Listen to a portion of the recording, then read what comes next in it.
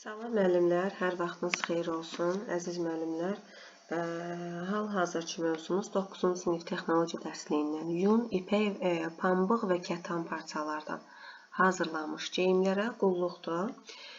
Bir də sadalayıram, yun, ipək, pambıq və kətan parçalardan hazırlanmış geyimlərə qulluq mövzumuzdur.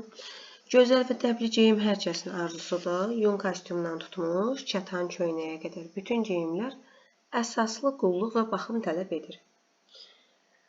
Yalnız belə olan halda geyimlər uzun müddət təzə və təravətli görünə bilər.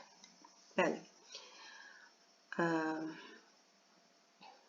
Yun və ipək parçadan olan paltarlara necə qulluq etmək olar?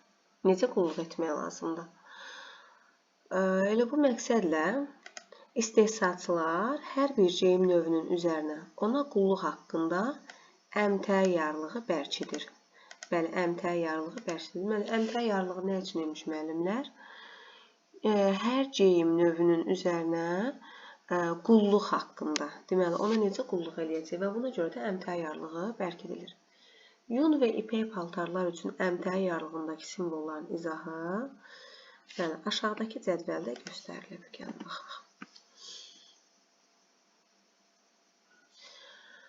Deməli, simvollar bunlarda, məmulata qulluq üsulları bunlarda, burada da parçanın növüdür. Parçanın növüdür. Deməli, söhbət gedir ipək və yun hər ikisindən, həm ipəkdən, həm də yun parçadan. Əgər belə bir simvol görmüş olsaq, deməli, bu simvol bizə nəyə xatırladır? İslağa qoymadan, 40 dərəcədən yüksək olmayan, bax, yəni aşağı olan, yüksək olmayan temperaturda əllə yuyulur. Əl şəklini görürük burada. Bəli, deməli, əllə yuyulur. İslağa qoymuruq. 40 dərəcədən yüksək olmayan temperaturda əllə yuyulur. Və yüngülcə, burmadan sıxılır. Əgər bu işarəni görmüş olsaq, müəllimlər, söhbət burada yun parçalardan gedir. Yun parçadan olan məlumatlardan. Yumaq olmaz, üstünə X şəkli vurub. Əgər nəyinsə üstünə X şəkli varsa, deməli olmaz. Bəli, vanna şəkli var da, burada düzdür, ləyən şəkli var. Yumaq olmaz. Nəm halda olanda ehtiyatlı davranmaq lazımdır. Yun parçalardan olan məlumatları yumaq olmaz. Bax, bu işarəni görmüş olsaq, simvolu görmüş olsaq. Deməli, şaquli vəziyyətdə 3 çöp göstərilib burada, 3 xət göstərilib. Bu nə deməkdir, müəllimlər? Nəm məmulat asılmış halda qurudulur. Baxın, şaquli formada nəyə asmışıq, düzdür? Yun və ipək parçalardan söhbət gedir. Yun və ipək parçalar nəm məmulat asılmış halda qurudulur. Burada üfüqi xət göstərilib. Üfüqi xət. Deməli, nəm məmulat müstəvi səthə sərilmiş halda qurudulur. Burada söhbət yun parçalardan gedir. Yəni, yun parçaları asmırıq, müstəvi səthi üzrə sərib quruduruq. 2 nöqtə var burada, müəllimlər. 2 nöqtə varsa, deməli, dərəcə yüksəkdir. Ütünün altı 150 dərəcə. 150 dərəcə temperatura qədər olanda ütülənir. Əgər 2 nöqtə gördüksə, simvol olaraq, deməli, 150 dərəcədə ütülüyürük. Bu da aid olur yun parçalara. Bir nöqtə görsək, deməli, ipək parçadan söhbət gedir. 110 dərəcədə ütüləyə bilərik. Dairə şəkli quru təmizləmədir. Quru təmizləmədən istifadə edilir. Yun parçalarda. Baxın, yun parçalarda quru təmizləmə olar. Quru təmizləmə üzərinə X işarəsi qoyulub.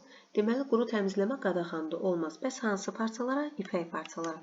Deməli, yun parçalara quru təmizləmə olar. İpək parçalara quru təmizləmə qadağandır. 40 dərəcədən artıq olmayan temperaturda əl ilə yuyulur. Bəli, əgər quru təmizləmə olmazsa, onda əllə yuyacaq 40 dərəcədən artıq olmayan temperaturda. Üçbucaq işarəsinin simvolunu görsək, xlor tərkibli maddələrdən söhbət gedir. Əgər üzərinə X işarəsi qoyulubsa, deməli, xlor tərkibli maddələrlə ağartmaq olmaz. Bəs nəyi? Yun və ipəyi. İpək və yun hər ikisindən söhbət gedirsə, burada 3 ədəd olmalıdır. İpək və yun 40 dərəcədən yüksək olmayan temperaturda əllə yuyulur. İpək və yun məmulat asılmış halda qurudulur. Bir də yun və ipək xlor tərkibli maddələrlə ağartmaq olmaz. Yəni bu cür ayrılır.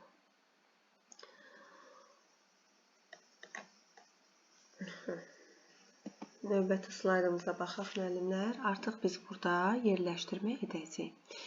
Deyir ki, islağa qoymadan 40 dərəcədən yüksək olmayan temperaturda əllə yuyulur, yüngülcə burmadan sıxılır.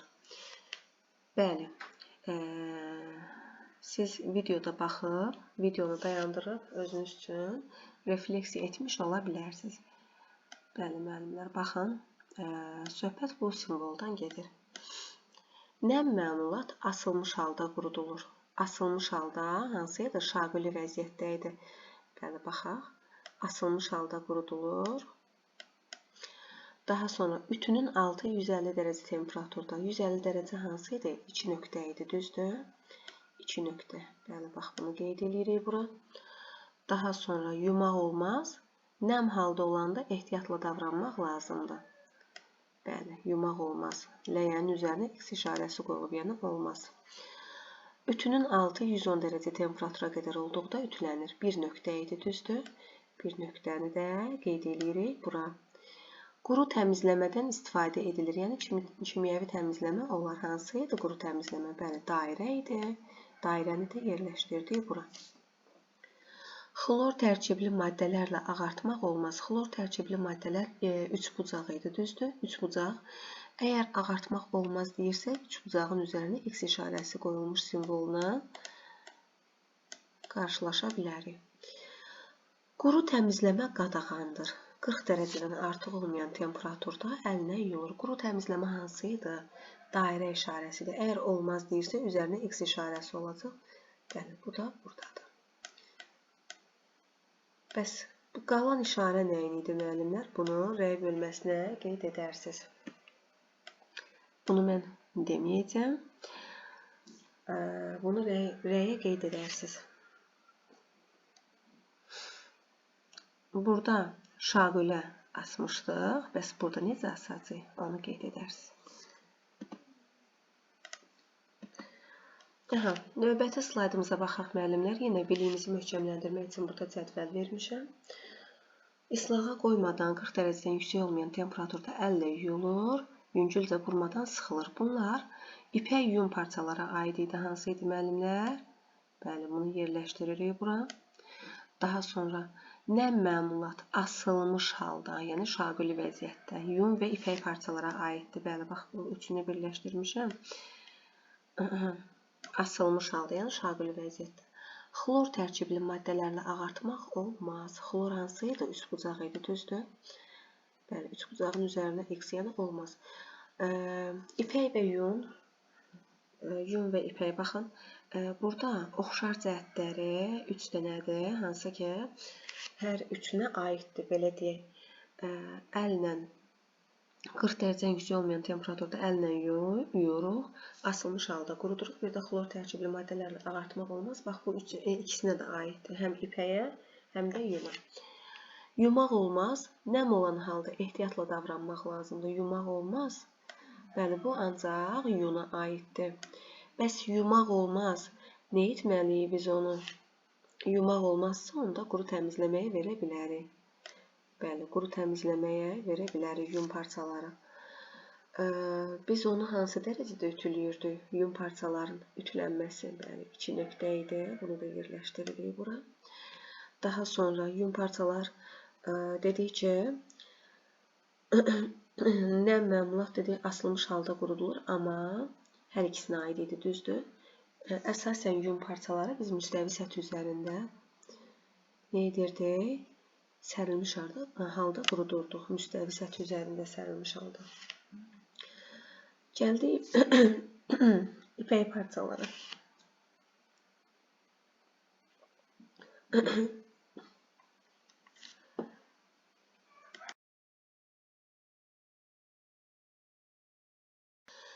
Gəldik ipək parçalara.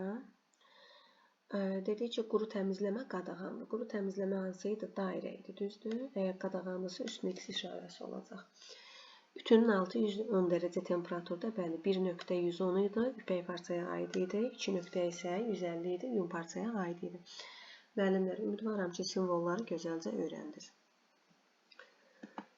Keçək növbəti slayda.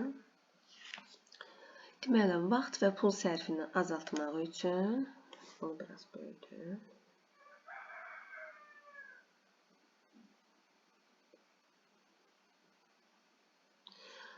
Vaxt və pul sərfini azaltmaq üçün məmulatın çirklənmə dərəcəsini,